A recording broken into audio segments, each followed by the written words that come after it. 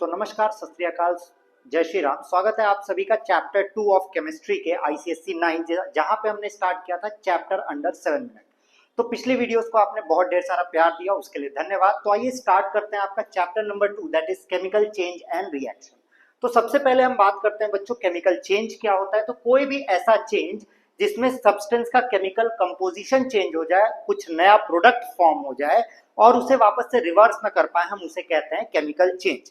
जैसे कि अगर आप किसी भी पेज को बर्न करते हैं तो ऐश में कन्वर्ट होगा, केमिकल कंपोजिशन चेंज हो चुकी है और वापस से हम इनिशियल कंडीशन में न ला पाए। तो ऐसे चेंजेस को हम क्या कहते हैं, केमिकल चेंज कहते हैं। अब क्या क्या कंडीशंस नेसेसरी हैं केमिकल चेंज के लिए, पहले उसकी बात करते हैं। सबसे पहले तो क्लोज कांटेक्ट में आना चाहिए, जो दो लोगों के बीच रिएक्शन हो रहा है वो क्लोज कांटेक्ट में आना चाहिए। और कभी कभी कुछ एक्सटर्नल कंडीशंस की भी रिक्वायरमेंट होती है, जैसे हीट, लाइट, इलेक्ट्रिसिटी और प्रेशर। दो लोग और आते हैं, कैटलिस्ट और प्रमोटर। तो आइए जानते हैं कैटलिस्ट और प्रमोटर होते क्या है। तो कोई भी ऐसा केमिकल जो रेट ऑफ रिएक्शन को बढ़ा दे, कोई रिएक्शन आपका अगर 10 मिनट में हो रहा है उसको 5 मिनट में करा दे और रिएक्शन में पार्ट भी न ले, तो उसे हम क्या कहते हैं बच्चों, कैटलिस्ट कहते हैं। और प्रमोटर वो होता है जो इस कैटलिस्ट की भी स्पीड बढ़ा दे। जैसे कि आपके पापा आए और आप पढ़ने बैठ गए तो पापा इज अ कैटलिस्ट, और मम्मी उनको गुस्सा दिलवा दी पर मम्मी रिएक्शन में पार्ट नहीं ली तो मम्मी हो गई प्रमोटर। अब बात करते हैं बच्चों characteristic of a chemical reaction की, कि किसी भी केमिकल रिएक्शन को पहचानते कैसे हैं। ठीक है, कई बार रिएक्शंस में इवोल्यूशन ऑफ गैस होता है, ऑक्सीजन, कार्बन डाइऑक्साइड, कई सारे गैस निकल सकते हैं।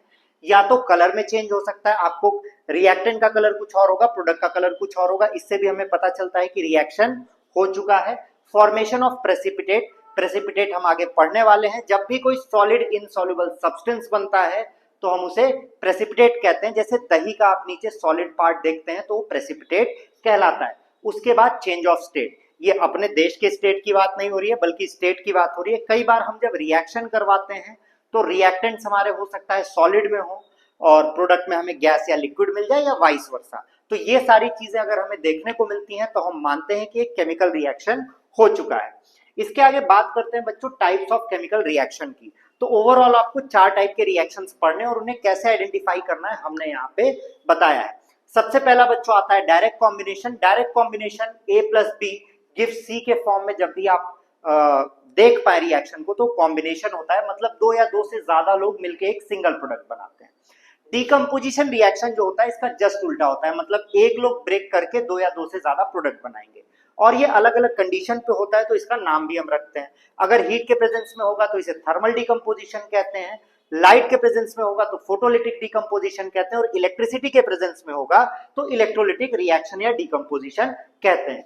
वही डिस्प्लेसमेंट रिएक्शन की बात आती है तो जब एक ज्यादा reactive element less reactive element को डिस्प्लेस कर दे अपनी जगह से तो उसे हम डिस्प्लेसमेंट रिएक्शन कहते हैं। जैसे यहाँ पे AB प्लस C है तो C ने B को हटा दिया और A को अपने साथ ले आया। डबल डिस्प्लेसमेंट में यही काम 2 बार होता है। ठीक, डबल डिस्प्लेसमेंट बच्चों 2 टाइप का होता है, प्रेसिपिटेशन और न्यूट्रलाइजेशन।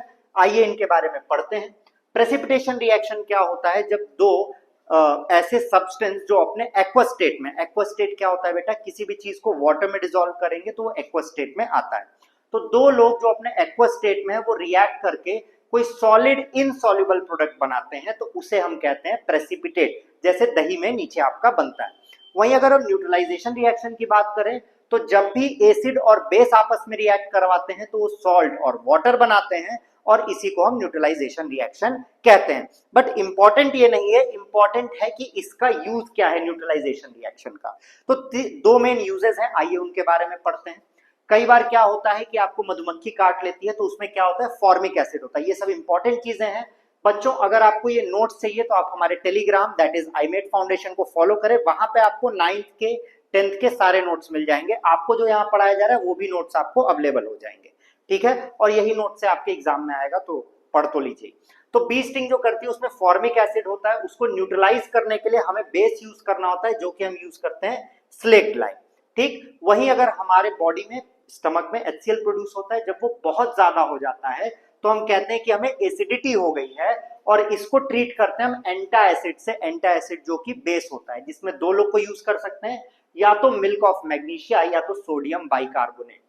इसके बाद हम बात करते हैं change in chemical reaction energy. जब भी केमिकल रिएक्शन होता है तो उसमें एनर्जी का एक्सचेंज होता है और ये बेसिकली दो टाइप का होता है बच्चों, या तो एक्सोथर्मिक या तो एंडोथर्मिक। कोई भी ऐसा रिएक्शन जो अपने कंप्लीट होने के बाद एनर्जी रिलीज करे, मतलब प्रोडक्ट की एनर्जी ज्यादा हो जाए, वो गर्म हो जाए, तो वैसे रिएक्शन को हम एक्सोथर्मिक कहते हैं। ऑन दी अदर हैंड अगर कोई ऐसा रिएक्शन हो जो हीट एनर्जी एब्जॉर्ब करके रिएक्शन करे, तो हम उसे एंडोथर्मिक रिएक्शन कहते हैं।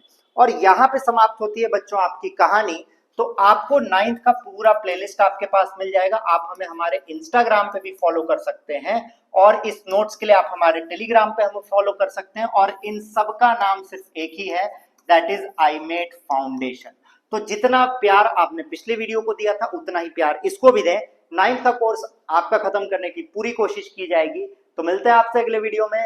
Do not forget to like, share and subscribe the channel. Till then bye bye, जय श्री राम।